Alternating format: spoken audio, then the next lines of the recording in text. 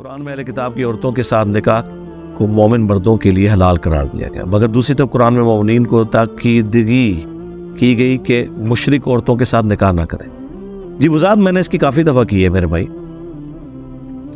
قرآن بت پرست مشرک اور اہل کتاب مشرک میں فرق کرتا ہے۔ سورۃ البقرہ میں آیا نا کہ آپ نکاح نہیں کر سکتے مشرکہ کے ساتھ، لیکن سورہ المائدہ فائنل سورت ہے۔ سورہ بقرہ تو غزوہ بدر کے فوراً بعد نازل ہوئی ہے نا، سورہ مائدہ جو ہے وہ شریعت محمدیہ کے فائنل احکامات ہیں۔ سورہ مائدہ کی کسی شرعی حکم کو کوئی اور سورت کی کوئی آیت منسوخ نہیں کرتی، سورہ مائدہ ہی فائنل ہے۔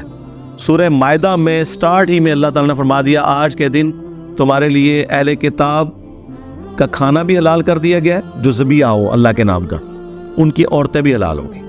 لہٰذا سورۃ البقرہ کی جو وہ آیت تھی کہ مشرک مرد و عورت کے ساتھ مسلمان نکاح نہیں کر سکتے، اس میں ایک ایکسیپشن قرآن میں آ گئی کہ اگر وہ مشرک آسمانی مذہب کا ماننے والا ہے، یعنی جیوز اور کرسچنز میں سے ہے، تو اس کی اللہ نے قرآن میں اجازت دے دی۔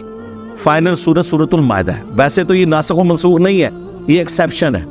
وہ حکم آج تک باقی ہے کہ مشرک کے ساتھ نکاح نہیں ہوگا، لیکن اس مشرک سے مراد ادر دین اہل کتاب ہے۔ ایک صحابی کا تفرد ہے اس میں، عبداللہ بن عمر کا۔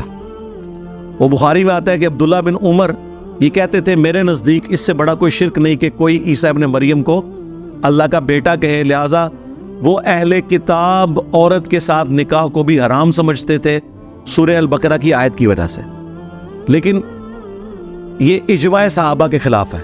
اسی لیے حافظ ابن کثیر نے تفسیر ابن کثیر میں عبداللہ ابن عمر کا یہ موقف نقل کر کے صحیح بخاری سے باقاعدہ اس میں بحث کی ہے کہ عبداللہ بن عمر کا یہ موقف جو ہے وہ ایکسیپٹیبل نہیں ہے، اجماع امت کے خلاف ہے۔ صحابہ کرام میں سے کسی نے یہ مطلب نہیں لیا اور لاجیکلی یہ مطلب بنتا بھی نہیں ہے۔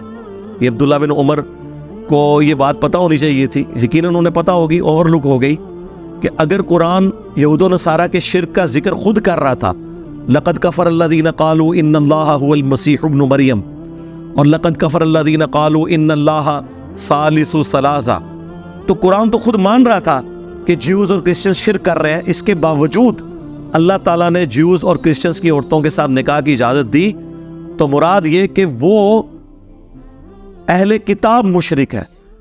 لہذا اہل کتاب مشرک اور بت پرست مشرک کے اندر اللہ نے فرق کر دیا۔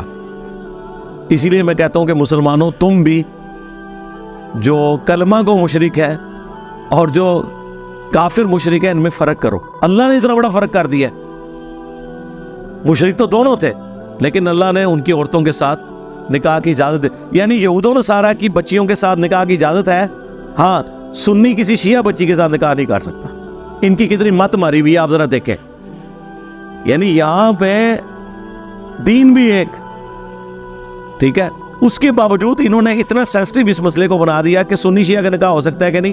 قرآن کہہ رہا ہے یہود و نصارہ کی عورتیں تمہارے لیے حلال ہیں، لیکن یہ لوگ کس ایکسٹریم پہ چلے جاتے ہیں۔